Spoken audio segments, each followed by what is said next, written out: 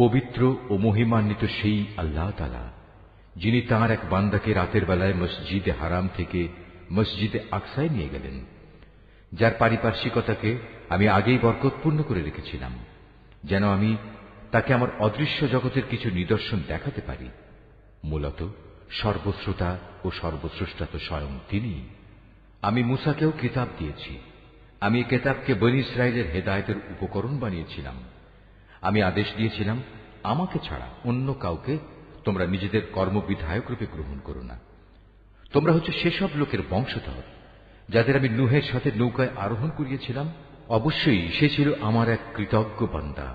আমি বনী ইসরায়েলদের প্রতি তাদের কিতাবের মধ্যে এ কথার ঘোষণা দিয়েছিলাম, অবশ্যই তোমরা দুবার আমার জমিনে বিপর্যয় সৃষ্টি করবে এবং মানুষের উপর তখন বড় বেশি বাড়াবাড়ি করবে। অতঃপর এ দুয়ের প্রথমটির নির্ধারিত সময় যখন এসে হাজির হল, তখন তোমাদের বিপর্যয় বন্ধ করার জন্য আমি তোমাদের উপর আমার এমন কিছু বান্দাকে পাঠিয়েছিলাম যারা ছিল বীরত্বের অধিকারী। অতঃপর তারা তোমাদের ঘরে ঘরে প্রবেশ করে সবকিছুই তছনছ করে দিয়ে গেল। আর এভাবেই আমার শাস্তির প্রতিশ্রুতি কার্যকর হয়ে থাকে। অতঃপর আমি দুশমনদের উপর বিজয় দিয়ে দ্বিতীয়বার তোমাদের সুদিন ফিরিয়ে দিলাম এবং ধন সম্পদ ও সন্তান সন্ততি দিয়ে তোমাদের আমি সাহায্য করলাম। সর্বোপরি এই জনপদে আমি তোমাদের সংখ্যাগরিষ্ঠ করলাম। যদি তোমরা কোনো ভালো কাজ করে থাকো, তা করেছ একান্তভাবে তোমাদের নিজেদের জন্য। অপরদিকে তোমাদের কেউ যদি কোনো মন্দ কাজ করে থাকো, তার দায়িত্ব একান্তভাবে তার নিজের। অতঃপর যখন আমার দ্বিতীয় প্রতিশ্রুতির সময় হাজির হল, তখন আমি আর এক দলকে তোমাদের মোকাবেলার জন্য পাঠিয়েছিলাম, যেন তারা তোমাদের মুখমণ্ডল কালিমাচ্ছন্ন করে দেয়, যেমন করে প্রথমবার এ ব্যক্তিরা মসজিদে আকসায় প্রবেশ করেছে এবং এর প্রচুর ক্ষতি সাধন করেছে। আবারও যেন তারা মসজিদে প্রবেশ করতে পারে এবং যে যে জিনিসের উপর তারা অধিকার জমাতে পারে তাই যেন তারা ধ্বংস করে দিতে পারে। সম্ভবত এর মাধ্যমে আল্লাহ তাআলা তোমাদের উপর অনুগ্রহ করবেন। আর তোমরা যদি আবার বিদ্রোহের দিকে ফিরে যাও, তাহলে আমিও আমার শাস্তির পুনরাবৃত্তি করব। আর আমি তো কাফেরদের জন্য জাহান্নামকে তাদের চির কারাগারে পরিণত করে রেখেছি। অবশ্যই এ কোরআন এমন এক পথের দিকে নির্দেশনা দেয় যা অতি সরল ও মজবুত, এবং যেসব ঈমানদার মানুষ নেক আমল করে, এ কিতাব তাদের এ সুসংবাদ দেয় যে তাদের জন্য আল্লাহর কাছে এক মহাপুরস্কার রয়েছে। অপরদিকে যারা পরকালে বিশ্বাস করে না, আমি তাদের জন্য এক কঠিন আযাব প্রস্তুত করে রেখেছি। আর মানুষ যেভাবে নিজের জন্য না বুঝে অকল্যাণ কামনা করে, তেমনি সে তার নিজের জন্য বুঝে সুঝে কিছু কল্যাণও কামনা করে। আসলে মানুষ কাঙ্ক্ষিত বস্তুর জন্য এমনিই তাড়াহুড়ো করে। আমি রাত ও দিনকে আমার কুদরতের দুটো নিদর্শন বানিয়ে রেখেছি। অতঃপর রাতের নিদর্শন আমি বিলীন করে দিয়েছি এবং দিনের নিদর্শনকে আমি করেছি আলোকময়, যাতে করে এর আলোতে তোমরা তোমাদের মালিকের রিজিক সংগ্রহ করতে পারো। সর্বোপরি তোমরা এর মাধ্যমে বছরের গণনা ও এর হিসাবও জানতে পারো। আর এর সব কয়টি বিষয়ই আমি খুলে খুলে বর্ণনা করেছি। প্রত্যেক মানুষের ভাগ্যলিপি আমি তার গলায় হারের মতো করে ঝুলিয়ে রেখেছি। কিয়ামতের দিন তার জন্য আমল নামার একটি গ্রন্থ আমি তার সামনে বের করে দেব। সে তা তার সামনে খোলা অবস্থায় পড়ে থাকতে দেখবে। আমি তাকে বলবো, পড়ো, এ হচ্ছে তোমার আমল নামা। আজ নিজের হিসাবের জন্য তুমি একাই যথেষ্ট। যে ব্যক্তি হেদায়েতের পথে চলবে, সে তো চলবে একান্তভাবে নিজের ভালোর জন্য। যে ব্যক্তি গোমরাহ হবে, তার গোমরাহির দায়িত্ব অবশ্যই তার উপর। আসল কথা হচ্ছে, সেদিন কেউই অন্য কারো গুনাহের ভার বইবে না। আর আমি কখনোই কোনো জাতিকে আযাব দেই না, যতক্ষণ না আমি সেখানে আযাব থেকে সতর্ককারী কোন রসুল না পাঠাই। আমি যখন কোনো জনপদকে ধ্বংস করতে চাই, তখন তার বিত্তশালী লোকদের ভালো কাজের আদেশ করি, কিন্তু তা না করে সেখানে তারা গুনাহের কাজ করতে শুরু করে। অতঃপর এজন্য সেখানে আমার আযাবের ফয়সালা প্রতিষ্ঠিত হয়ে যায়। পরিশেষে আমি তা সম্পূর্ণরূপে বিনাশ করে দেই। নূহের পর আমি এই একই কারণে কত মানব গোষ্ঠীকে ধ্বংস করে দিয়েছি। হে নবী, তোমার মালিক তার বান্দাদের গুনাহের খবর রাখা ও তা পর্যবেক্ষণ করার জন্য একাই যথেষ্ট। কোন ব্যক্তি দ্রুত দুনিয়ার সুখ সম্ভোগ পেতে চাইলে আমি তাকে এখানে তার জন্য যতটুকু দিতে চাই তা সত্য দিয়ে দেই, কিন্তু পরিশেষে তার জন্য জাহান্নামী নির্ধারণ করে রাখি, যেখানে সে প্রবেশ করবে একান্ত নিন্দিত, অপমানিত ও বিতাড়িত অবস্থায়। অপরদিকে যারা আখিরাত ও তার সাফল্য কামনা করে এবং তা পাওয়ার জন্য যে পরিমাণ চেষ্টা করা উচিত তেমনি ভাবেই চেষ্টা করে, সর্বোপরি যারা হয় সত্যিকার মোমেন, মূলত তারাই হচ্ছে এমন লোক যাদের চেষ্টা সাধনা আল্লাহর দরবারে কবুল হয়। হে নবী, আমি এদের যারা দুনিয়া চায় এবং ওদের যারা আখিরাত চায় সবাইকেই তোমার মালিকের দান থেকে সাহায্য করে যাচ্ছি, এবং তোমার মালিকের দান কারো জন্যই বন্ধ নয়। হে নবী, তুমি দেখো কিভাবে আমি পার্থিব সম্পদের বেলায় তাদের একজনকে আরেকজনের উপর শ্রেষ্ঠত্ব দান করলাম। অবশ্য মর্যাদার দিক থেকে আখিরাত অনেক বড়, তার ফজিলত বহুলাংশে বেশি। হে মানুষ, আল্লাহর সাথে তোমরা অন্য কাউকে মাবুদ বানিও না, নতুবা পরকালে তোমরা নিন্দিত, অপমানিত ও নিঃসহায় হয়ে পড়বে। তোমার মালিক আদেশ করছেন, তোমরা তাকে বাদ দিয়ে অন্য কারো ইবাদত করো না, এবং তোমরা তোমাদের পিতামাতার সাথে সৎ ব্যবহার করো। তাদের একজন কিংবা উভয়ই যদি তোমার জীবদ্দশায় বার্ধক্যে উপনীত হয়, তাহলে তাদের সাথে বিরক্তিসূচক কিছু বলো না এবং কখনো তাদের ধমক দিও না। তাদের সাথে সম্মানজনক ভদ্রজনিত কথা বলবে। অনুকম্পায় তুমি ওদের প্রতি বিনয় অবনত থেকো এবং বলো, হে আমার মালিক, ওদের প্রতি ঠিক সেভাবেই তুমি দয়া করো যেমনি করে শৈশবে ওরা আমাকে লালন পালন করেছিল। আসলে তোমাদের মালিক তোমাদের মনের ভিতরে যা আছে তা ভালো করেই জানেন। তোমরা সত্যিই যদি ভালো মানুষ হয়ে থাকো, তাহলে আল্লাহ তাআলা তা মাফ করে দেবেন। কেননা যারা তওবা করে তিনি তাদের গুনাহ মাফ করে দেন। আত্মীয় স্বজনকে তাদের যথার্থ পাওনা আদায় করে দেবে। অভাবগ্রস্ত এবং মুসাফিরদেরও তাদের হক আদায় করে দেবে। কখনো অপব্যয় করো না। অবশ্যই অপব্যয়কারীরা হচ্ছে শয়তানের ভাই, আর শয়তান হচ্ছে তার মালিকের প্রতি বড়ই অকৃতজ্ঞ। যদি তোমাকে কখনো এ হকদারদের বিমুখ করতেই হয়, এ কারণে যে তাকে দেওয়ার মতো সম্পদ তোমার কাছে নেই এবং তুমি তোমার মালিকের কাছ থেকে অনুগ্রহ কামনা করছো, যা পাওয়ার তুমি আশাও রাখো, তাহলে একান্ত নম্রভাবে তাদের সাথে কথা বলো। কখনো নিজের ব্যয়ের হাত গর্দানের সাথে বেঁধে রেখো না, যাতে কার কোনো প্রকাশ পায়। আবার তা সম্পূর্ণ খুলেও রেখো না, অন্যথায় বেশি খরচ করার কারণে তুমি নিন্দিত, নিঃস্ব হয়ে যাবে। তোমার মালিক যাকে চান তার রিজিক বাড়িয়ে দেন, আবার যাকে চান তাকে তা কম করে দেন। অবশ্যই তিনি তার বান্দাদের প্রয়োজন সম্পর্কে ভালোভাবেই জানেন এবং তাদের অবস্থাও তিনি দেখেন। তোমরা তোমাদের সন্তানদের কখনো দারিদ্র্যের ভয়ে হত্যা করো না। আমি যেমন তাদের রিজিক দান করি, তেমনি তোমাদেরও কেবল আমিই রিজিক দান করি। রিজিকের ভয়ে তাদের হত্যা করা হবে অবশ্যই একটি মহাপাপ। তোমরা ব্যভিচারের ধারে কাছেও যেও না। নিঃসন্দেহে এ হচ্ছে একটি অশ্লীল কাজ এবং নিকৃষ্ট পথ। কোন জীবনকে অন্যায়ভাবে হত্যা করো না, যা আল্লাহ তাআলা হারাম করেছেন।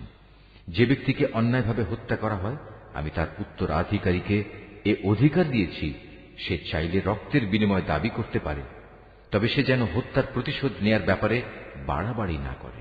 কেননা হত্যার মামলায় যে ব্যক্তি মজলুম, তাকেই সাহায্য করা হবে। এতিমদের মাল সম্পদের কাছেও যেও না, তবে এমন কোন পন্থায় যা এতিমের জন্য উত্তম বলে প্রমাণিত হয় তা বাদে, যতক্ষণ পর্যন্ত সে এতিম তার বয়ঃপ্রাপ্তির পর্যায়ে উপনীত হয় এবং তোমরা এদের দেয়া যাবতীয় প্রতিশ্রুতি মেনে চলো। কেননা কিয়ামতের দিন এ প্রতিশ্রুতির ব্যাপারে তোমাদের জিজ্ঞাসাবাদ করা হবে। কোনো কিছু পরিমাপ করার সময় মাপ কিন্তু পুরোপুরিই করবে, আর ওজন করার জিনিস হলে দাঁড়িপাল্লা সোজা করে ধরবে। লেনদেনের ব্যাপারে এই হচ্ছে উত্তম পন্থা এবং পরিণামের দিক থেকে এটাই হচ্ছে উৎকৃষ্ট।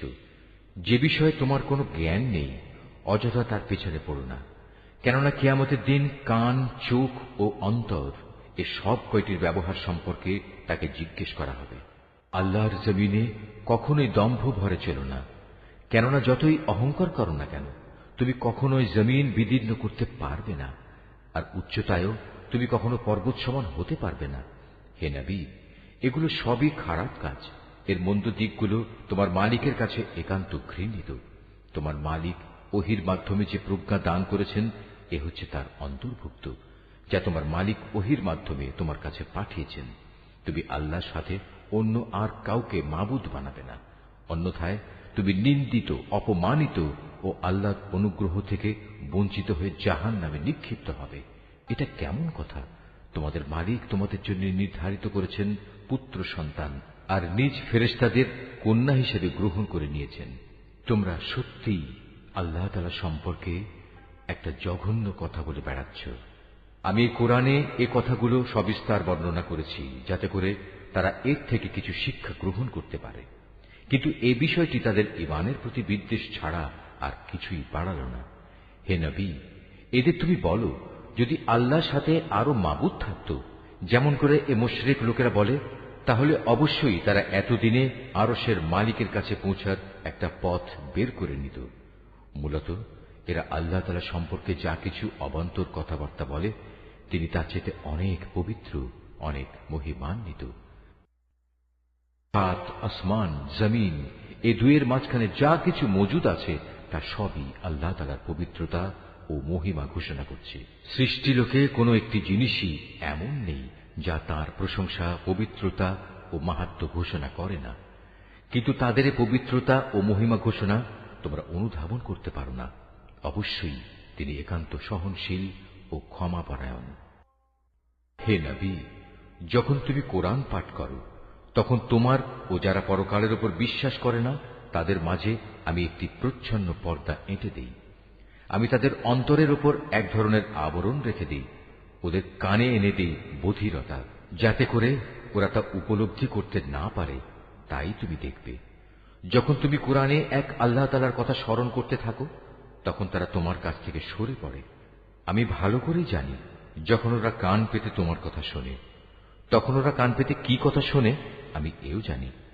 যখন এই জালেমরা নিজেদের মধ্যে সলা পরামর্শ করে বলে, তোমরা তো একজন জাদুগ্রস্ত লোকেরই অনুসরণ করে চলেছ। হে নবী, দেখো এরা তোমার ব্যাপারে কি ধরনের উপমা তৈরি করেছে। মূলত এসব কারণেই এরা গোমরা হয়ে গেছে, অতএব এরা সঠিক পথের সন্ধান পাবে না। এ মূর্খ লোকেরা বলে, আমরা মৃত্যুর পর হাড্ডিতে পরিণত হয়ে পচে গেলেও কি নতুন সৃষ্টিরূপে পুনরায় উত্থিত হব? তুমি তাদের বলো, মৃত্যুর পর তোমরা পাথর হয়ে যাও কিংবা লোহায় পরিণত হও, সর্বাবস্থায় তোমরা পুনরুত্থিত হবে। কিংবা এমন কিছু সৃষ্টি তোমাদের ধারণায় যার বাস্তবায়ন হওয়া খুবই কঠিন। অচিরেই তারা বলবে, অবস্থা এমন হলে কে আমাদের পুনরায় জীবিত করবে? তুমি বলো, হ্যাঁ, তিনিই করবেন, যিনি তোমাদের প্রথমবার সৃষ্টি করেছেন। অতঃপর তুমি দেখবে তারা তোমার সামনে মাথা নাড়াবে এবং বলবে, তাহলে কবে হবে এসব কিছু? তুমি বলো, সম্ভবত সেদিন খুব শীঘ্রই সংঘটিত হবে, যেদিন আল্লাহ তাআলা তোমাদের ডাক দেবেন এবং তোমরা সবাই তার প্রশংসা করতে করতে তার ডাকে সাড়া দেবে। আর তোমরা ভাববে সামান্য কিছু সময়ই তোমরা কবরে কাটিয়ে এসেছ। হে নবী, আমার বান্দাদের বলে দাও তারা যেন কথা বলার সময় এমন সব কথা বলে যা উত্তম, কেননা শয়তান খারাপ কথা দ্বারা তাদের মাঝে বিভেদ সৃষ্টির উস্কানি দেয়, আর শয়তান তো হচ্ছে মানুষের প্রকাশ্য দুশমন। হে মানুষ, তোমাদের মালিক তোমাদের সম্পর্কে ভালো করেই জানেন। তিনি চাইলে তোমাদের উপর দয়া করেন, আবার চাইলে তিনি তোমাদের শাস্তি দেন। হে নবী, আমি তো তোমাকে তাদের উপর কোনো অভিভাবক করে পাঠাইনি। তোমার মালিক তাদের ভালো করেই জানেন যা আসমান সমূহ ও জমিনের মাঝে মজুদ রয়েছে। আমি এক একজন নবীকে এক একজনের উপর মর্যাদা দান করেছি। এমনি ভাবেই আমি দাউদকে জবুর কিতাব দান করে মর্যাদাবান করেছি। হে নবী, এদের বলো, তোমরা আল্লাহকে বাদ দিয়ে যাদের মাবুদ মনে করে ডাকো তাদের ডেকে দেখো, দেখবে তারা তোমাদের কষ্ট দূর করা কিংবা তা বদলে দেওয়ার কোনো ক্ষমতাই রাখে না। ওরা যাদের ডাকে তারা স্বয়ং নিজেরাই তো তাদের মালিকের কাছে পৌঁছার উসিলা তালাশ করতে থাকে। তারা দেখতে চায় তাদের মধ্যে কে আল্লাহ তাআলার নিকটতর হতে পারে এবং তারা তাঁরই দয়া প্রত্যাশা করে, তাঁর আযাবকে ভয় করে। মূলত তোমার মালিকের আযাব এমনই একটি বিষয় যা একান্ত ভীতিপ্রদ। এমন কোন একটি জনপদ নেই যা আমি কিয়ামতের দিন আসার আগেই ধ্বংস করে দেব না, কিংবা তাদের আমি কঠোর আযাব দেব না। এসব কথা তো আমার পাঠানো কিতাবেই লিপিবদ্ধ আছে। আমাকে আযাবের নিদর্শন সমূহ পাঠানো থেকে এছাড়া অন্য কোনো কিছুই নিবৃত্ত করতে পারেনি যে তাদের আগের লোকেরা তা অস্বীকার করেছে। আমি সামুদ জাতিকে দৃশ্যমান নিদর্শন হিসেবে একটি উষ্ট্রি পাঠিয়েছিলাম, অতঃপর তারা আমার সেই নিদর্শনের সাথে জুলুম করেছে। আসলে আমি ভয় দেখানোর জন্যই তাদের কাছে আযাবের নিদর্শন সমূহ পাঠাই। হে নবী, স্মরণ করো যখন আমি তোমাকে বলেছিলাম তোমার মালিক জ্ঞানের পরিধি দিয়ে সব মানুষদের পরিবেষ্টন করে আছেন। যে স্বপ্ন আমি তোমাকে দেখিয়েছিলাম তাকে আমি আসলে মানুষদের জন্য পরীক্ষার বিষয় বানিয়ে দিয়েছিলাম, এবং সে গাছকেও পরীক্ষার কারণ বানিয়েছি যার প্রতি কোরআনে অভিশাপ দেওয়া হয়েছে। এভাবেই আমি তাদের ভয় দেখাই। মূলত আমার ভয় দেখানো তাদের গুমরাহি কেবল বাড়িয়ে দিয়েছে। স্মরণ করো যখন আমি ফেরেশতাদের বললাম তোমরা আদমকে সাজদা করো, তখন তারা সবাই আমার আদেশে সাজদা করল, ইবলিস ছাড়া। সে বলল, আমি কিভাবে তাকে সেজদা করব যাকে তুমি মাটি থেকে সৃষ্টি করেছ? সে বলল, তুমি কি একে দেখেছ যাকে তুমি আমার উপর মর্যাদা দান করলে? যদি তুমি আমাকে কিয়ামত পর্যন্ত অবকাশ দাও তাহলে আমি অবশ্যই তার গোটা বংশধরদের নিজের আয়ত্তে নিয়ে আসব, তবে একটি ক্ষুদ্র দল ছাড়া যারা বেঁচে থাকতে পারবে। আল্লাহ তাআলা বললেন, যাও, দূর হয়ে যাও এখান থেকে। তাদের মধ্যে যারা তোমার আনুগত্য করবে তোমাদের সবার শাস্তি হচ্ছে জাহান্নাম, আর জাহান্নামের শাস্তিও পুরোপুরি দেয়া হবে। এদের মধ্যে যাকেই পারো তুমি তোমার আওয়াজ দিয়ে গোমরা করে দাও। তোমার যাবতীয় অশ্বারোহী ও পদাতিক বাহিনী নিয়ে তাদের উপর গিয়ে চড়াও হও। ধন সম্পদ ও সন্তান সন্ততিতে তুমি তাদের সাথী হয়ে যাও এবং যত পারো তাদের মিথ্যা প্রতিশ্রুতি দিতে থাকো। আর শয়তান তাদের যে প্রতিশ্রুতি দেয় তা প্রতারণা ছাড়া আর কিছুই নয়। নিঃসন্দেহে যারা আমার খাস বান্দা তাদের উপর তোমার কোনো ক্ষমতা চলবে না। হে নবী, তোমার মালিক অবশ্যই তাদের কর্মবিধায়ক হিসেবে যথেষ্ট। হে মানুষ, তোমাদের মালিক তো হচ্ছেন তিনি যিনি তোমাদের জন্য সমুদ্রে জলযান পরিচালনা করেন, যাতে করে তোমরা জলে স্থলে তাঁর প্রদত্ত রিজিক তালাশ করতে পারো। নিশ্চয়ই তিনি তোমাদের উপর পরম দয়ালু। আর উত্তাল সমুদ্রের মধ্যে যখন তোমাদের উপর কোনো বিপদ মুসিবত আপতিত হয় তখন আল্লাহ তাআলাকে বাদ দিয়ে ইতিপূর্বে তোমরা যাদের ডাকতে তারা সবাই তোমাদের মন থেকে হারিয়ে যায়, এবং ডাকার জন্য এক আল্লাহই সেখানে বাকি থেকে যান। অতঃপর তিনি যখন তোমাদের স্থলে এনে বিপদ থেকে উদ্ধার করেন তখনই তোমরা তাঁর থেকে মুখ ফিরিয়ে নাও। আসলে মানুষ হচ্ছে নেহায়েত অকৃতজ্ঞ। তোমরা কি করে নিশ্চিত হয়ে গেছো তিনি তোমাদের স্থলে এনে এর কোথাও তোমাদের গেড়ে দেবেন না, অথবা তোমাদের উপর মরণমুখী কোনো ধূলিঝড় নাজিল করবেন না? এমন অবস্থা যখন আসবে তখন তোমরা কোনো অভিভাবকও পাবে না। অথবা তোমরা এ ব্যাপারেও কি নিশ্চিত হয়ে গেছো যে তিনি পুনরায় তোমাদের সেই সমুদ্রে নিয়ে যাবেন না, এবং স্থলে এসে যে আচরণ তোমরা তার সাথে করেছো তোমাদের সেই অকৃতজ্ঞতার শাস্তি স্বরূপ তিনি অতঃপর তোমাদের উপর প্রচন্ড ঝড় পাঠাবেন না এবং তোমাদের উত্তাল সমুদ্রে ডুবিয়ে দেবেন না? আর এমন অবস্থা দেখা দিলে তোমাদের জন্য সেদিন আমার বিরুদ্ধে কোনো সাহায্যকারী পাবে না। আমি অবশ্যই আদম সন্তানদের মর্যাদা দান করেছি। স্থলে ও সমুদ্রে আমি ওদের চলাচলের বাহন দিয়েছি এবং তাদের পবিত্র জিনিসসমূহ দিয়ে আমি রিজিক দান করেছি। অতঃপর আমি অন্য যত কিছু সৃষ্টি করেছি তার অধিকাংশের উপরই আমি তাদের শ্রেষ্ঠত্ব দান করেছি। যেদিন আমি প্রত্যেক জাতিকে তাদের নেতাদের সাথে ডাকব, সেদিন যাদের আমলনামা তাদের ডান হাতে দেয়া হবে তারা খুশি হয়ে তা পড়তে শুরু করবে। তাদের উপর সেদিন বিন্দু মাত্র জুলুম করা হবে না। যে ব্যক্তি জেনে বুঝে এই দুনিয়ায় সত্য থেকে অন্ধ হয়ে থেকেছে, পরকালেও সে আল্লাহর নিয়ামত থেকে অন্ধ থেকে যাবে এবং হেদায়েত থেকেও সে হবে পথহারা। হে নবী, আমি তোমার প্রতি যে ওহী পাঠিয়েছি তার প্রচার ও প্রতিষ্ঠা থেকে তোমার পদস্খলন ঘটাবার ব্যাপারে এরা কোনো প্রকার চেষ্টা থেকেই বিরত থাকেনি, যাতে করে তুমি ওহীর বদলে আমার সম্পর্কে কিছু মিথ্যা কথা বানাতে শুরু করো। যদি তেমন কিছু করতে তাহলে এরা তোমাকে তাদের ঘনিষ্ঠ বন্ধু বানিয়ে দিত। যদি আমি তোমাকে তখন অবিচল না রাখতাম তাহলে তুমি অবশ্যই তাদের দিকে সামান্য কিছুটা হলেও ঝুঁকে পড়তে। আর এমনটি যদি হতো তাহলে এ জীবনে যেমন আমি তোমাকে দ্বিগুণ শাস্তি আস্বাদন করাতাম, তেমনি মৃত্যু পরবর্তী কালেও আমি তোমাকে দ্বিগুণ শাস্তি আস্বাদন করাতাম। তুমি আমার বিরুদ্ধে তখন কোনোই সাহায্যকারী পেতে না। হে নবী, এরা এ ব্যাপারেও কোনো চেষ্টা ত্রুটি করেনি যে তোমাকে এ ভূখণ্ড থেকে উৎখাত করে এর বাইরে কোথাও ফেলে দেবে। যদি তেমনটি হতো তাহলে তোমার পরে তারা নিজেরাও সেখানে সামান্য কিছুক্ষণই মাত্র টিকে থাকতে পারত। তোমার আগে আমি যত নবী রসুল পাঠিয়েছিলাম তাদের ব্যাপারে এই ছিল আমার নিয়ম। আর তুমি আমার সে নিয়মের কখনো রদবদল দেখতে পাবে না। হে নবী, সূর্য ঢলে যাওয়ার পর থেকে রাতের অন্ধকার পর্যন্ত সময়ের ভেতর নামাজ প্রতিষ্ঠা করবে এবং ফজরের সময় কোরআন তেলাওয়াত জারি রাখবে। অবশ্য ফজরের কোরআন তেলাওয়াত সহজেই পরিলক্ষিত হয়। রাতের কিছু অংশে তাহাজ্জুদ নামাজ প্রতিষ্ঠা করো। এটা তোমার জন্য ফরজ নামাজের অতিরিক্ত একটা নামাজ। আশা করা যায় তোমার মালিক এর বরকত দ্বারা তোমাকে প্রশংসিত মর্যাদায় প্রতিষ্ঠিত করবেন।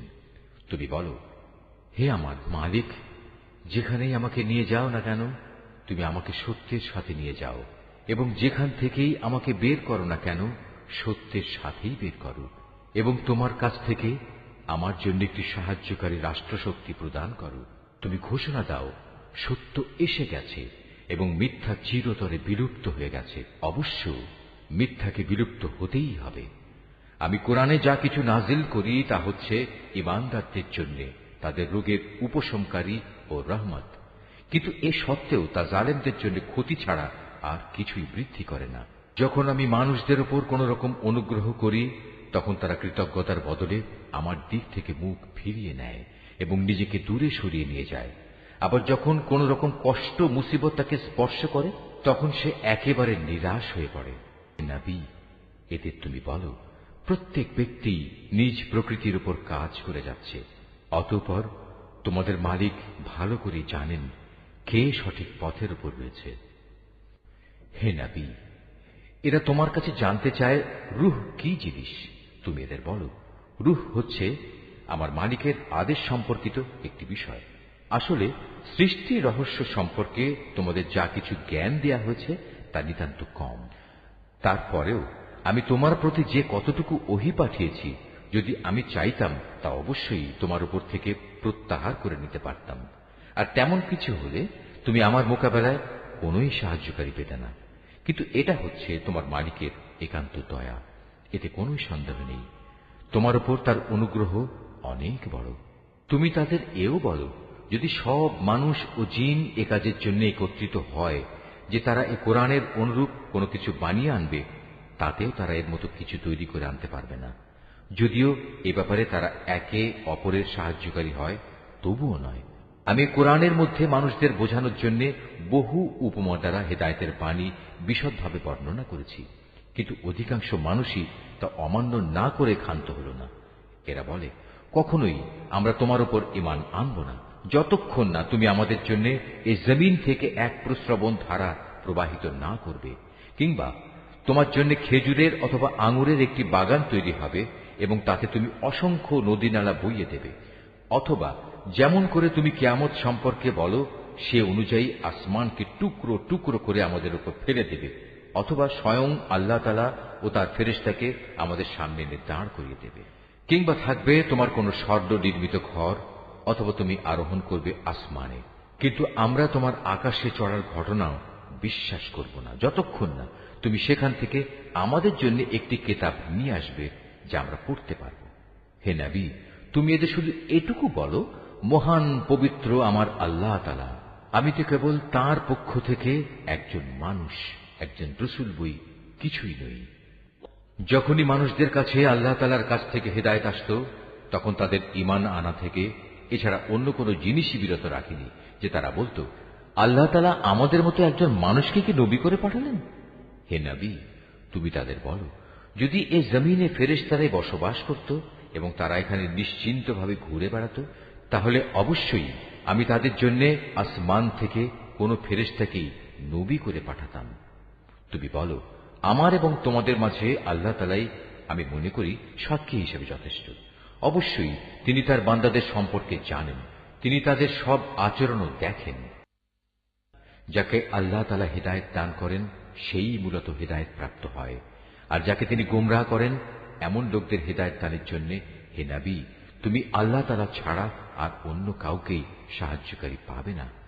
এমন সব গোমরাহ লোকদের আমি কিয়ামতের দিন মুখের উপর ভর দিয়ে চলা অবস্থায় একত্রিত করব। এরা তখন হবে অন্ধ, বোবা ও বধির। এদের সবার ঠিকানা হবে জাহান্নাম। যতবার তা স্তিমিত হয়ে আসবে ততবার আমি তাকে তাদের জন্য প্রজ্বলিত করে আরো বাড়িয়ে দেব। এ হচ্ছে তাদের যথার্থ শাস্তি, কেননা তারা আমার আয়াতসমূহকে অস্বীকার করত। তারা আরো বলতো, মৃত্যুর পর যখন আমরা অস্থিতে পরিণত হয়ে যাব ও চূর্ণ বিচূর্ণ হয়ে যাব, তখনও কি আমরা নতুন সৃষ্টিরূপে উত্থিত হব? এ মূর্খ লোকেরা কি ভেবে দেখেনি আল্লাহ তাআলা, যিনি আসমান সমূহ ও জমিন পয়দা করেছেন, তিনি এই বিষয়ের উপর ক্ষমতা রাখেন যে তাদের মতো মানুষদের তিনি সৃষ্টি করতে পারেন। দ্বিতীয়বার তাদের পয়দা করার একটি ক্ষণ তিনি তাদের জন্য নির্ধারণ করে রেখেছেন, যাতে কোনো রকম সন্দেহের অবকাশ নেই। তথাপি এ জালেম লোকেরা সেই দিনকে অস্বীকার করেই যাচ্ছে। হে নবী, বলো, আমার মালিকের দয়ার ভাণ্ডার যদি তোমাদের করায়ত্তে থাকত, তবে তা ব্যয় হয়ে যাবে, এ ভয়ে তোমরা তা আঁকড়ে রাখতে চাইতে। আসলে মানুষ স্বভাবগতভাবেই অতিশয় কৃপণ। আমি মূসাকে 9টি স্পষ্ট নিদর্শন দিয়েছিলাম। অতএব হে নবী, তুমি স্বয়ং বনী ইসরায়েলদের কাছে এই কথাটা জিজ্ঞেস করো। যখন সে তাদের কাছে নবী হয়ে এসেছিল, তখন ফেরাউন তাকে বলেছিল, হে মূসা, আমি মনে করি তুমি একজন জাদুগ্রস্ত ব্যক্তি। এর জবাবে সে বলেছিল, তুমি একথা ভালো করেই জানো, নবুয়তের প্রমাণ সম্বলিত এসব অন্তর্দৃষ্টি সম্পন্ন জ্ঞান আসমান সমূহ ও জমিনের মালিক ছাড়া আর কেউই নাজিল করেননি। হে ফেরাউন, আমি তো মনে করি তুমি সত্যি ধ্বংস হয়ে গেছ। অতঃপর সে তাদের এ জমিন থেকে উৎখাত করে দিতে চাইল, কিন্তু আমি তাকে এবং যারা তার সঙ্গী সাথী ছিল তাদের সবাইকে এর নাফরমানির জন্য সমুদ্রে ডুবিয়ে দিয়েছি। অতঃপর আমি বনী ইসরায়েলদের বললাম, এবার তোমরা এই জমিনে নির্বিবাদে বসবাস করো। এরপর যখন আখিরাতের প্রতিশ্রুতির সময় আসবে, তখন আমি তোমাদের সবাইকে সংকুচিত করে আমার সামনে নিয়ে আসব। এ কোরআনকে আমি সত্য বাণী সহকারে নাজিল করেছি, তাই তা সত্য নিয়েই নাজিল হয়েছে। আমি তো তোমাকে কেবল জান্নাতের সুসংবাদদাতা ও জাহান্নামের সতর্ককারী রূপেই প্রেরণ করেছি। এই আয়াতটি যিনি তেলাওয়াত করবেন এবং যিনি এই আয়াতটির তেলাওয়াত শুনবেন, তাদের সবাইকে এখানে একটি সাজদা আদায় করতে হবে। এটা ওয়াজিব। আমি কোরআনকে ভাগে ভাগে বিভক্ত করে দিয়েছি, যাতে করে তুমিও ক্রমে ক্রমে তা মানুষদের সামনে পড়তে পারো, আর এ কারণেই আমি তা পরপর নাজিল করেছি। হে নবী, তুমি বলো, তোমরা এ কোরআনকে মানো কিংবা না মানো, তাতে এর মর্যাদা মোটেই ক্ষুণ্ণ হবে না। যাদের এর আগে আসমানি কিতাবের জ্ঞান দেয়া হয়েছে, তাদের অবস্থা হচ্ছে, যখনই তাদের সামনে এটি পড়া হয়, তারা নিজেদের মুখের উপর সাজদায় লুটিয়ে পড়ে। তখন তারা বলে, আমাদের মালিক পবিত্র, অবশ্যই আমাদের মালিকের ওয়াদা পরিপূর্ণ হবে। আর তারা কাঁদতে কাঁদতে মুখের উপর ভূমিতে লুটিয়ে পড়ে। মূলত এ কোরআন তাদের বিনয়েই বৃদ্ধি করে। তুমি আরো বলো, তোমরা আল্লাহ তাআলাকে আল্লাহ বলে ডাকো কিংবা রহমান, তোমরা যে নামেই তাকে ডাকো, তার সবকটি নামই উত্তম। হে নবী, চিৎকার করে নামাজ পড়ো না, আবার অতিশয় ক্ষীণভাবেও নয়, বরং নামাজ পড়ার সময় এ দুয়ের মধ্যবর্তী পন্থা অবলম্বন করো। তুমি আরো বলো, সকল প্রশংসা আল্লাহ তাআলার জন্য, যিনি কখনো কোনো সন্তান গ্রহণ করেননি, তার সার্বভৌমত্বে কারোই কোনো অংশীদারিত্ব নেই। তিনি কখনো দুর্দশাগ্রস্তও হন না যে তার কোনো অভিভাবকের প্রয়োজন হয়। তিনি সব কিছুর ঊর্ধ্বে। তুমি শুধু তাঁরই মাহাত্ম্য ঘোষণা করো, পরমতম মাহাত্ম্য। সূরা আল কাহাফ। রহমান রহিম আল্লাহ তাআলার নামে। সব তারিফ আল্লাহ তাআলার জন্য, যিনি তার একজন বিশেষ বান্দার প্রতি এ গ্রন্থ নাজিল করেছেন এবং তার কোথাও তিনি কোন রকম বক্রতা রাখেননি। একে তিনি প্রতিষ্ঠিত করেছেন সহজ সরল একটি পথের উপর, যাতে করে আল্লাহ তাআলার পক্ষ থেকে সে নবী তাদের জাহান্নামের আযাবের ব্যাপারে সতর্ক করে দিতে পারে, এবং যারা ঈমানদার, যারা নেক কাজ করে, তাদের সে এ মর্মে সুসংবাদ দিতে পারে যে তাদের জন্য আল্লাহর দরবারে উত্তম পুরস্কার রয়েছে, যেখানে তারা চিরকাল থাকবে। এবং সেসব লোকদেরও ভয় দেখাবে যারা মূর্খের মতো বলে, আল্লাহ তাআলা সন্তান গ্রহণ করেছেন। এ দাবির পক্ষে তাদের কাছে কোনো জ্ঞান সম্মত দলিল প্রমাণ নেই। তাদের বাপ দাদাদের কাছেও এ ব্যাপারে কোনো যুক্তি ছিল না। এটা সত্যিই বড় একটি কঠিন কথা যা তাদের মুখ থেকে বের হচ্ছে। আসলে তারা জঘন্য মিথ্যা ছাড়া কিছুই বলেনি। হে নবী, যদি এরা এ কথার উপর ঈমান না আনে, তাহলে মনে হয় দুঃখ কষ্টে তুমি এর পেছনে নিজেকেই বিনাশ করে দেবে। যা কিছু এই জমিনের বুকে আছে, আমি তাকে তার জন্য শোভা বর্ধনকারী করে পয়দা করেছি, যাতে করে মানুষদের আমি পরীক্ষা করতে পারি যে তাদের মধ্যে কাজকর্মের দিক থেকে কে বেশি উত্তম। অতঃপর একদিন আমি যা কিছু এ জমিনে আছে ধ্বংস করে দিয়ে একে উদ্ভিদ শূন্য মাটিতে পরিণত করে দেব। হে নবী, তুমি গুহা ও পাহাড়ের উপত্যকার অধিবাসীদের সম্পর্কে কি মনে করো? তারা আমার নিদর্শন সমূহের মধ্যে একটি বিস্ময়কর নিদর্শন ছিল।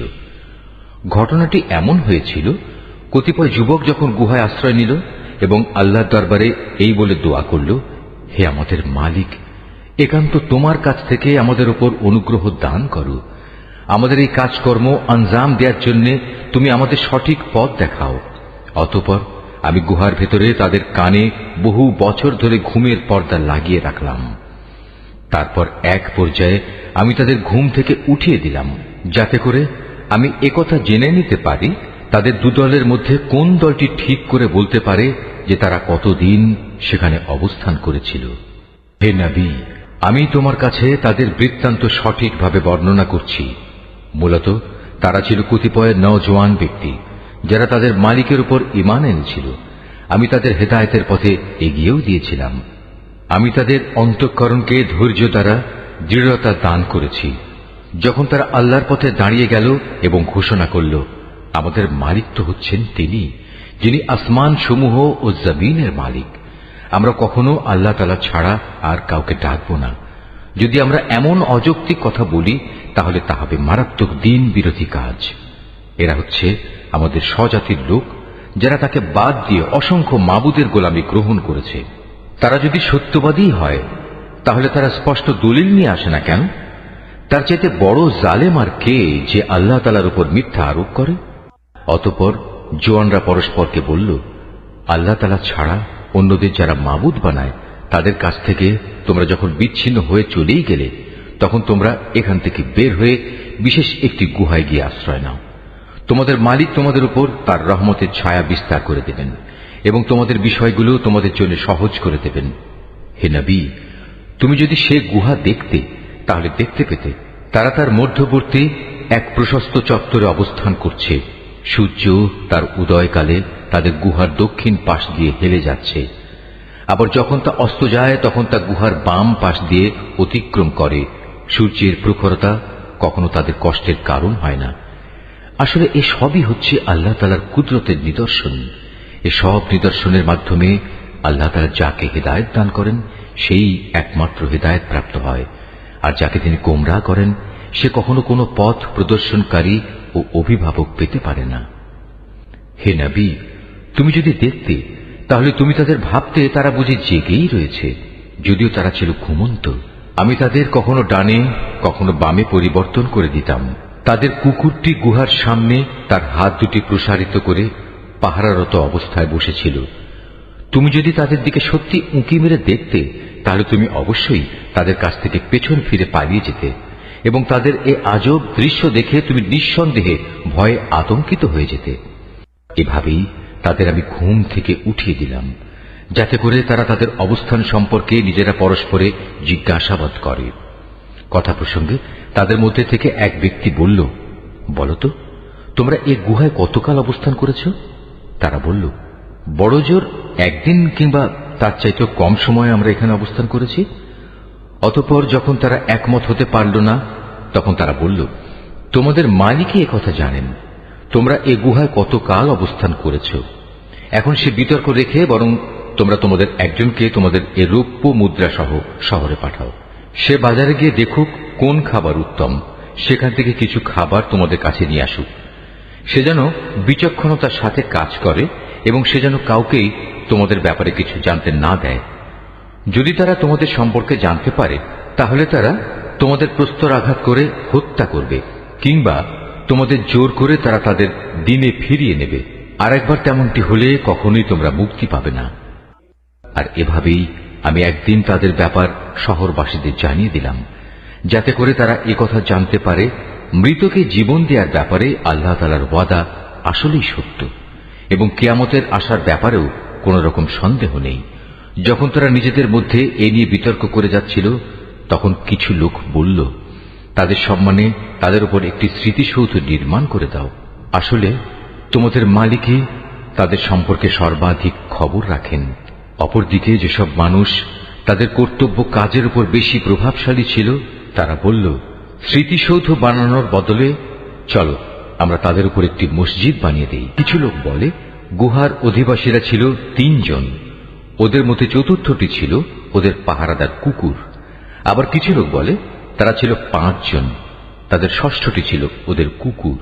আসলে অজানা অদেখা বিষয়সমূহের প্রতি এরা খামাখা অনুমান নিক্ষেপ করি এ সব কিছু বলছে।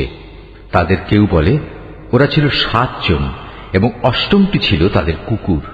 হে নবী, তুমি এদের বলো, হ্যাঁ, আমার মালিক ভালো করেই জানেন ওদের আসল সংখ্যা কত ছিল। তাদের সংখ্যা খুব কম সংখ্যক লোকই বলতে পারে। তুমিও এদের ব্যাপারে সাধারণ আলোচনার বাইরে বেশি বিতর্ক করো না এবং তাদের সম্পর্কে খামাখা অন্য মানুষদের কাছেও জিজ্ঞাসাবাদ করো না। হে নবী, কখনো কোনো কাজের ব্যাপারে একথা বলো না, এ কাজ আমি আগামীকাল করব। হ্যাঁ, বরং এভাবে বলো, আল্লাহ তাআলা যদি চান তাহলেই আমি আগামীকাল এ কাজটা করব।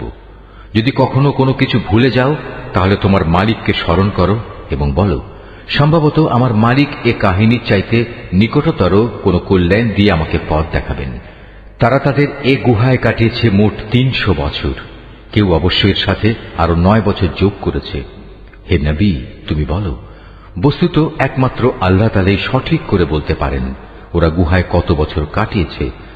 আসমান সমূহ ও জমিনের যাবতীয় অজানা অদেখা বিষয়ের জ্ঞান তো একমাত্র তার জন্য নির্দিষ্ট রয়েছে।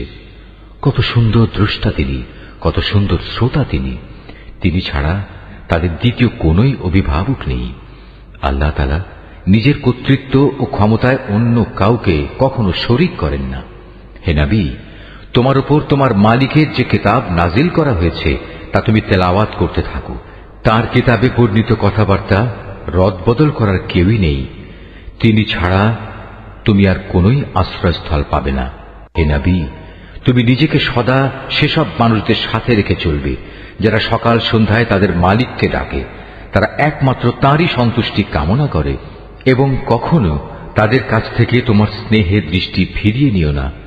কখনো এমন কোন ব্যক্তির কথা মতো চলো না যার অন্তঃকরণকে আমি আমার স্মরণ থেকে গাফেল করে দিয়েছি। আর যে ব্যক্তি নিজের প্রবৃত্তির গোলামি করতে শুরু করেছে এবং যার কার্যকলাপ আল্লাহ তাআলার সীমানা লঙ্ঘন করেছে। হে নবী, তুমি বলো, এ সত্য দিন তোমাদের মালিকের পক্ষ থেকে এসেছে। সুতরাং যার ইচ্ছা সে এর উপর ঈমান আনুক, আর যার ইচ্ছা সেটা অস্বীকার করুক। আমি তো এই অস্বীকারী জালেমদের জন্য এমন এক আগুন প্রস্তুত করে রেখেছি যার বেষ্টনী তাদের পুরোপুরি পরিবেষ্টন করে রাখবে। যখন তারা পানির জন্য ফরিয়াদ করতে থাকবে তখন এমন এক গলিত ধাতুর মতো পানীয় দ্বারা তাদের ফরিয়াদের জবাব দেয়া হবে যা তাদের সমগ্র মুখমণ্ডল জ্বালিয়ে পুড়িয়ে দেবে। কি ভীষণ হবে সে পানীয়, আর কি নিকৃষ্ট হবে তাদের আশ্রয়ের স্থানটি। আর যারাই আল্লাহ তাআলার উপর ঈমান এনেছে এবং ভালো কাজ করেছে তাদের কোনো আশঙ্কা নেই। আমি কখনো তাদের বিনিময় বিনষ্ট করি না যারা নেক কাজ করে। এদের জন্য রয়েছে এমন এক স্থায়ী জান্নাত যার পাদদেশ দিয়ে ঝর্ণাধারা প্রবাহিত হবে। তাদের সেখানে সোনার কাঁকুন দ্বারা অলঙ্কৃত করা হবে। তারা পরিধান করবে সূক্ষ্ম ও পুরু রেশমের পোশাক। উপরন্তু তারা সমাসীন হবে এক সুসজ্জিত আসনে। কত সুন্দর তাদের বিনিময়, কত চমৎকার তাদের আশ্রয়ের এই স্থানটি। হে নবী, তাদের শিক্ষার জন্য তুমি 2 জন লোকের উদাহরণ পেশ করো, যাদের একজনকে আমি 2টো আঙুরের বাগান দান করেছিলাম এবং এ 2টো কতিপয় খেজুর গাছ দ্বারা পরিবেষ্টিত করে রেখেছিলাম। আবার এ 2-এর মধ্যবর্তী স্থানকে পরিণত করেছিলাম একটি সুফলা শস্য ক্ষেত্র রূপে। উভয় বাগানই এক পর্যায়ে যথেষ্ট ফল দান করল। ফল দানে বাগান 2টো কোনো রকম ত্রুটি করেনি। উভয় বাগানের ফাঁকে ফাঁকে আমি পানির ঝর্ণাধারাও প্রবাহিত করে রেখেছিলাম। এক পর্যায়ে তার অনেক ফল হয়ে গেল। অতঃপর একদিন সে তার সাথীকে কথা প্রসঙ্গে বলল, দেখো, আমি ধন সম্পদের দিক থেকে তোমার চাইতে যেমন বড়, তেমনি জনবলেও আমি তোমার চাইতে বেশি শক্তিশালী। নিজের শক্তি সামর্থ্যের ব্যাপারে বাড়াবাড়ি করতে করতে সে নিজের বাগানে গিয়ে প্রবেশ করল এবং বলল, আমি ভাবতেই পাচ্ছি না এ বাগানের সৌন্দর্য কোনোদিন নিঃশেষ হয়ে যাবে। আমি এও মনে করি না একদিন এসব ধ্বংস হয়ে কিয়ামত প্রতিষ্ঠিত হবে এবং কিয়ামতের পর আমাকে যদি আমার মালিকের সামনে ফিরিয়ে নেওয়াও হয় তাহলে এর চাইতে উৎকৃষ্ট কোনো কিছু আমি সেখানে পাব। তার সে গরিব সাথীটি যে তার সাথে কথা বলছিল বলল, এ পার্থিব সম্পদ দেখে তুমি কি সত্যি সে মহান সত্তাকে অস্বীকার করছো, যিনি তোমাকে প্রথমত মাটি থেকে অতঃপর শুক্র কণা থেকে পয়দা করেছেন, পরিশেষে তিনি তোমাকে একটি মানুষের আকৃতিতে পূর্ণাঙ্গ করেছেন? কিন্তু আমি তো বিশ্বাস করি সেই সৃষ্টিকর্তা আল্লাহ তাআলাই হচ্ছেন আমার মালিক, এবং আমার মালিকের কোনো কাজের সাথেই আমি কাউকে শরীক করি না। কত ভালো হতো তুমি যখন তোমার ফলবতী বাগানে প্রবেশ করলে তখন যদি তুমি একথা বলতে, আল্লাহ তাআলা যা চেয়েছেন তাই হয়েছে। আল্লাহ তাআলা ব্যতিরেকে কারোই কিছু ঘটানোর শক্তি নেই। যদিও তুমি আমাকে ধনে জনে তোমার চাইতে কম দেখলে, কিন্তু আমি আল্লাহ তাআলার উপর ঈমান রাখি। সম্ভবত আমার মালিক আমাকে তোমার এ পার্থিব বাগানের চাইতে উৎকৃষ্ট আখিরাতের কোনো বাগান দান করবেন, এবং অকৃতজ্ঞতার জন্য তোমার বাগানের উপর আসমান থেকে এমন কোনো বিপর্যয় নাজিল করবেন, ফলে তা উদ্ভিদ শূন্য এক বিরান ভূমিতে পরিণত হয়ে যাবে, কিংবা তার পানি তার জমিনের নিচেই অন্তর্হিত হয়ে যাবে। তেমন কিছু হলে তুমি কখনো তা আবার খুঁজে আনতে পারবে না। অতঃপর তাই ঘটল, তার বাগানের ফল ফলারিকে বিপর্যয় এসে ঘিরে ফেলল। তখন সে ব্যক্তি সেই ব্যয়ের উপর যা সে বাগানের শোভাবর্ধনের পেছনে করেছিল হাতের উপর হাত রেখে আক্ষেপ করতে লাগল। বাগানের অবস্থা এমন হল যা তা মুখ থুবড়ে পড়ে থাকল, এবং সে নিজের ভুল বুঝতে পেরে বলতে লাগল, কত ভালো হতো যদি আমি আমার মালিকের ক্ষমতার সাথে অন্য কাউকে শরীক না করতাম। যারা বাহাদুরি করেছে তাদের কোনো দলই আজ তাকে আল্লাহর এই প্রতিশোধের মোকাবেলায় সাহায্য করার জন্য অবশিষ্ট রইল না, না সে নিজে কোন রকম প্রতিশোধ নিতে পারল। কেননা এখানে রক্ষা করার যাবতীয় এখতিয়ার একমাত্র আল্লাহ তাআলার, যিনি একমাত্র সত্য, পুরস্কার দানে ও পরিণাম নির্ধারণে তিনিই উত্তম। হে নবী, তুমি এদের কাছে দুনিয়ার জীবনের উদাহরণ পেশ করো।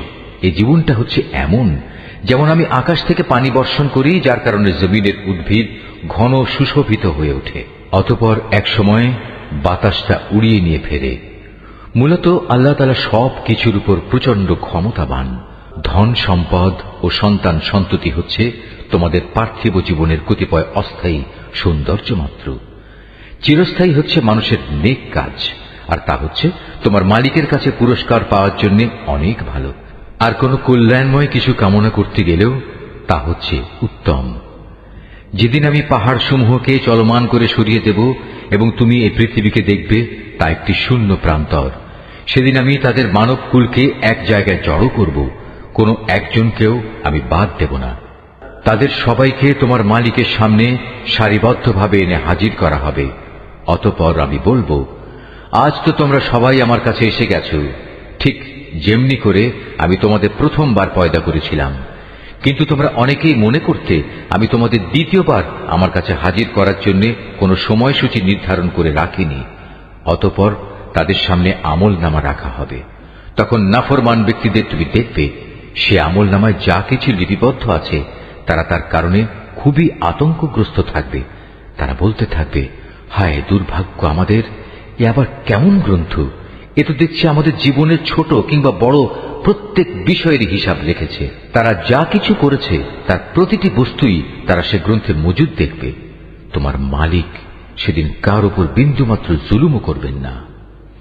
স্মরণ করো, যখন আমি ফেরেশতাদের বলেছিলাম তোমরা সবাই আদমকে সাজদা করো, তখন তারা সবাই সাজদা করল, কিন্তু ইবলিস সাজদা করল না। সে ছিল আসলে জিনদেরই একজন। সে তার মালিকের আদেশের নাফরমানি করল। যে এত বড় নাফরমানি করল, তোমরা কি তাকে এবং তার বংশধরদের আমার বদলে তোমাদের অভিভাবক হিসেবে গ্রহণ করে চলেছ? অথচ প্রথম দিন থেকেই সে তোমাদের প্রকাশ্য দুশমন। চেয়ে দেখো, জালেমদেরকে নিকৃষ্ট বিনিময় দেয়া হয়েছে।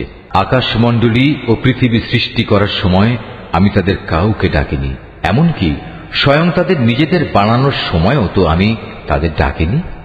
আসলে আমি তো অক্ষম ছিলাম না যে তাদের পরামর্শ আমার দরকার। অন্যদের যারা গোমরাহ করে আমি তাদের সাহায্য গ্রহণ করি না। যেদিন তিনি এদের বলবেন, তোমরা তাদের ডাকো যাদের তোমরা আমার শরীক মনে করতে, ওরা তাদের ডাকবে, কিন্তু তারা তাদের এ ডাকে কোনোই সাড়া দেবে না। আমি এদের উভয়ের মাঝখানে এক মরণ ফাঁদ রেখে দেব।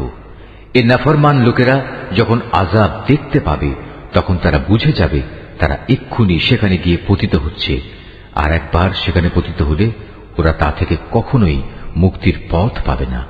আমি মানুষের বোঝার জন্য এই কোরআনে সব ধরনের উপমা ও উদাহরণ বিশদভাবে বর্ণনা করেছি, কিন্তু মানুষের অধিকাংশই এ নিয়ে তর্ক করে।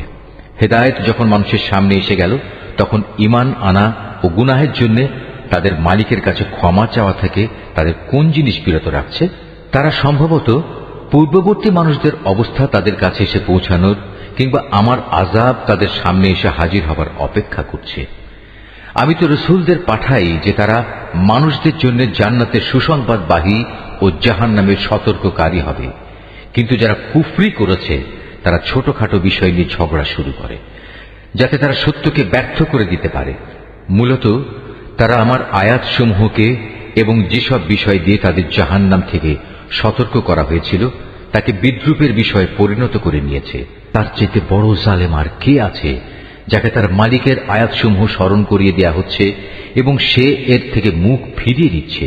সর্বোপরি যা কিছু গুনাহের বোঝা তার হাত দুটো অর্জন করেছে সে তা ভুলে যায়। আমি তাদের অন্তরের উপর জাহেলিয়াতের আবরণ লাগিয়ে দিয়েছি, যেন তারা সত্য দিন বুঝতে না পারে। এমনি ভাবে তাদের কানেও এক ধরনের কঠিন বস্তু ঢেলে দিয়েছি, এ কারণে তারা সত্য কথা শুনতে পায় না। অতএব হে নবী, তুমি ওদের যতই হেদায়েতের পথে ডাকো না কেন, তাদের কখনো হেদায়েত দেয়া হবে না। হে নবী, তোমার মালিক বড়ই ক্ষমাশীল ও দয়াবান। তিনি যদি তাদের সবাইকে তাদের কৃতকর্মের জন্য শাস্তি দিতে চাইতেন, তাহলে তিনি সহজেই তা ত্বরান্বিত করতে পারতেন। বরং এর পরিবর্তে তাদের জন্য শাস্তির একটি প্রতিশ্রুত ক্ষণ রাখা আছে, যা থেকে ওদের কারুই পরিত্রাণ নেই। এই জনপদ ও তাদের অধিবাসীরা যখন আল্লাহ তাআলা সীমা লঙ্ঘন করেছিল, তখন আমি তাদের নির্মূল করে দিয়েছি। তাদের ধ্বংসের জন্যও একটি দিনক্ষণ নির্দিষ্ট ছিল। হে নবী, তুমি এদের মূসার ঘটনা শোনাও। যখন মূসা তার খাদেমকে বলল, যতক্ষণ পর্যন্ত আমি দুটো সাগরের মিলনস্থলে না পৌঁছব, ততক্ষণ পর্যন্ত আমি আমার পরিকল্পনা থেকে ফিরে আসব না। যদি আমাকে এজন্য দীর্ঘ সময় পর্যন্তও চলতে হয়, তবু আমি চলতে থাকব। যখন তারা উভয়ে সেই প্রত্যাশিত দুটো সাগরের সঙ্গম স্থলে এসে পৌঁছল, তখন তারা উভয়ই তাদের খাবারের জন্য রাখা মাছটির কথা ভুলে গেল। সে মাছটি ছুটে গিয়ে সুড়ঙ্গের মতো একটি পথ করে সহজেই সাগরে চলে গেল। যখন তারা আরো কিছু দূর এগিয়ে গেল, তখন সে তার খাদেমকে বলল, এবার আমাদের নাস্তা নিয়ে এসো। আমরা আজকের সফরে সত্যি ভারী ক্লান্ত হয়ে পড়েছি। সে বলল, তুমি কি দেখোনি, আমরা যখন শিলাখণ্ডের পাশে বিশ্রাম করছিলাম, তখন আমি মাছের কথা ভুলেই গিয়েছিলাম। আসলে শয়তানি আমাকে ভুলিয়ে দিয়েছে যে আমি তার কথাটা স্মরণ রাখব। আর সে মাছটিও কি আশ্চর্যজনক পদ্ধতিতে নিজের পথ ধরে সাগরের দিকে নেমে গেল। সে বলল, হ্যাঁ, এই তো হচ্ছে সেই জায়গা যে স্থানটির আমরা সন্ধান করছিলাম। মাছটি চলে যাওয়ার জায়গাই হচ্ছে সাগরের মিলনস্থল। অতঃপর তারা নিজেদের পথের চিহ্ন ধরে ফিরে চলল। এরপর তারা সেখানে পৌঁছলে তারা আমার বান্দাদের মাঝ থেকে একজন পুণ্যবান বান্দাকে সেখানে পেল, যাকে আমি আমার অনুগ্রহ দান করেছি। উপরন্তু তাকে আমি আমার কাছ থেকে বিশেষ জ্ঞান দান করেছিলাম। মূসা তাকে বলল, আমি কি তোমার অনুসরণ করতে পারি, যাতে করে আল্লাহ তাআলার কাছ থেকে যে জ্ঞান তোমাকে শেখানো হয়েছে তার কিছু অংশ তুমি আমাকে শেখাতে পারো? সে বলল, হ্যাঁ পারো, তবে আমার সাথে থেকে তা তুমি কখনো ধৈর্য ধারণ করতে পারবে না। অবশ্য এটাও ঠিক, যে বিষয়ে তোমার জ্ঞান সীমার বাইরে তার উপর তুমি ধৈর্য ধরবি বা কি করে? সে বলল, আল্লাহ তাআলা যদি চান তাহলে তুমি আমাকে ধৈর্যশীল হিসেবেই পাবে। আমি তোমার কোনো আদেশেরই বরখেলাপ করব না। সে বলল, আচ্ছা, যদি তুমি আমাকে অনুসরণ করোই, তাহলে কোনো বিষয় নিয়ে আমাকে কিছু জিজ্ঞেস করবে না, যতক্ষণ না সে কথা আমি নিজেই তোমাকে বলে দেব। অতঃপর তারা দুজন পথ চলতে শুরু করল। নদীর পাড়ে এসে উভয়ই একটি নৌকায় আরোহণ করল। নৌকায় উঠেই সে তাকে ছিদ্র করে দিল। সে বলল, তুমি কি এজন্য তাতে ছিদ্র করে দিলে যেন এর আরোহীদের তুমি ডুবিয়ে দিতে পারো? তুমি সত্যি এক গুরুতর অন্যায় কাজ করেছ। মূসার কথা শুনে সে বলল, আমি কি তোমাকে একথা বলিনি, আমার সাথে থেকে তুমি কখনো ধৈর্য ধারণ করতে পারবে না? সে বলল, আমি যে ভুল করেছি সে ব্যাপারে তুমি আমাকে পাকড়াও করো না, এবং এ ব্যাপারে আমার উপর বেশি কঠোরতাও আরোপ করো না। আবার তারা পথ চলতে শুরু করল। কিছু দূর গিয়ে তারা উভয়ে একটি কিশোর বালক পেল, সাথে সাথে সে তাকে হত্যা করে ফেলল। এই কাজ দেখে সে বলল, তুমি তো কোন রকম হত্যার অপরাধ ছাড়াই একটি নিষ্পাপ জীবনকে বিনাশ করলে। তুমি সত্যি একটা গুরুতর অন্যায় কাজ করে ফেলেছ।